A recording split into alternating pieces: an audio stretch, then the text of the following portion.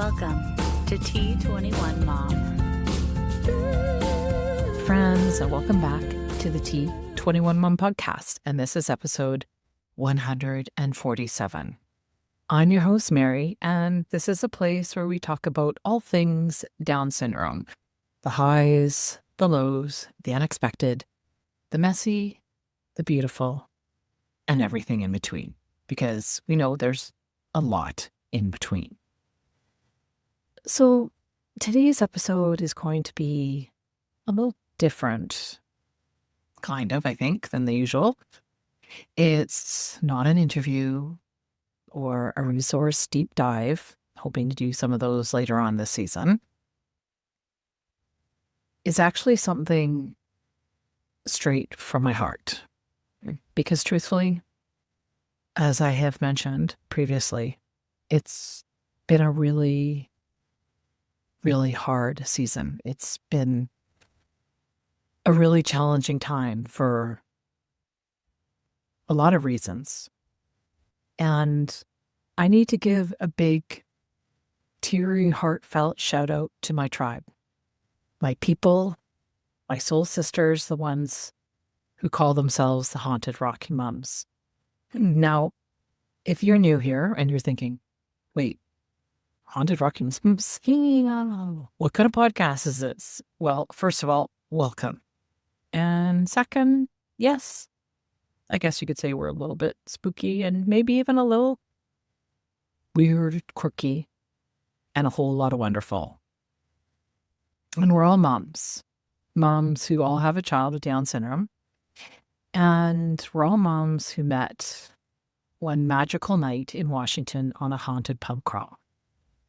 And these are the moms who get it. We were at the DSDN, the Down Syndrome Diagnosis Network retreat in Washington. I think it was in 2022, I believe it was. And I remember someone, now known as Fangirl Amy, had posted in the Facebook group retreat chat, if you want to call it that, about this haunted pub crawl.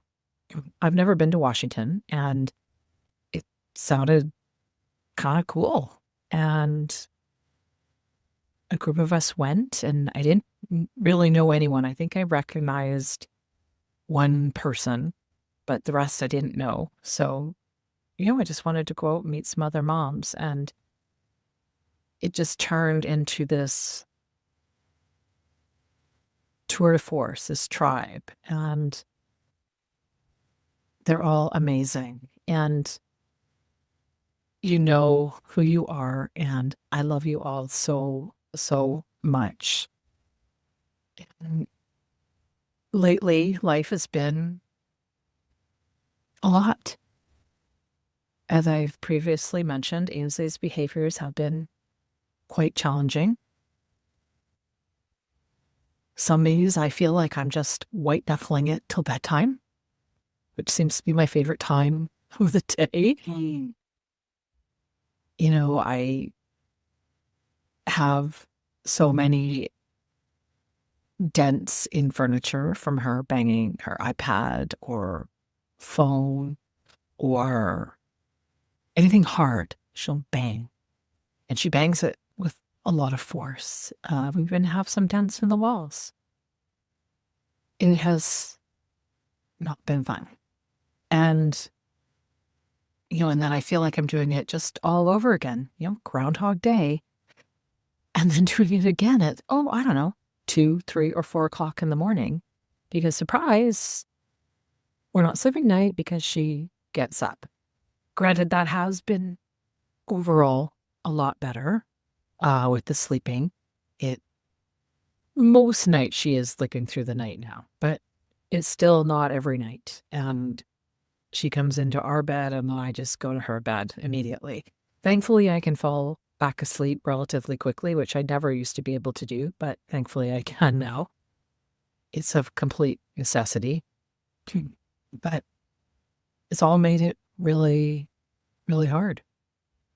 And add to that, Nona, Dennis's mom, she's been hospitalized, I think it's 4 times in the past 5 weeks. 4. And I quite honestly thought we were going to lose her. The emotional whiplash of, is this it? Over and over again. It's been truly exhausting. The second to last time that she was in the hospital, right before she went to the hospital, I honestly thought this was it. She looked terrible. But as soon as she got to the hospital, she looked better, and they did diagnose her with pneumonia. So that has been a challenge, but she's doing much better. She did go back in again one more time, but I think a lot of it was just anxiety. She was just there for the day for a few hours, and then they just discharged her. But it's been really challenging, but she did tell me she still has some living to do. She's going to turn 91 next month in May. So, we want her to see her 91st birthday. But it's been really challenging because she isn't as independent as she used to be. And, which is fine. We're here to help her, and we're doing everything we can. But it is hard. It's been hard for all of us. And then on top of that, my beloved aunt was in a diabetic coma back at the end of late January. And thank God she's now out and recovering. But it was very, very scary in the beginning. And I also thought that she might not pull through. So it's been very stressful for multiple reasons. And she's now out of the hospital and doing quite well. I think we're all a little bit surprised. I wasn't really sure, how much she would recover, but I think she's done remarkably well. But she unfortunately can't live on her own anymore. So we did have to move her into assisted living. So it was a lot going on, seeing her in the hospital, arranging to get her moved, and just a lot. A lot of hospitals, a lot of hospital hallways, a lot of tears in the cars, and a lot of stress eating cookies. We always have cookies here. And in the middle of all of this, you all showed up. My beautiful, wonderful, haunted mamas. I don't know who arranged this or started it, but you sent me these beautiful surprise gifts that just mean so much to me. You texted me, you messaged me, you made me laugh when I wanted to cry.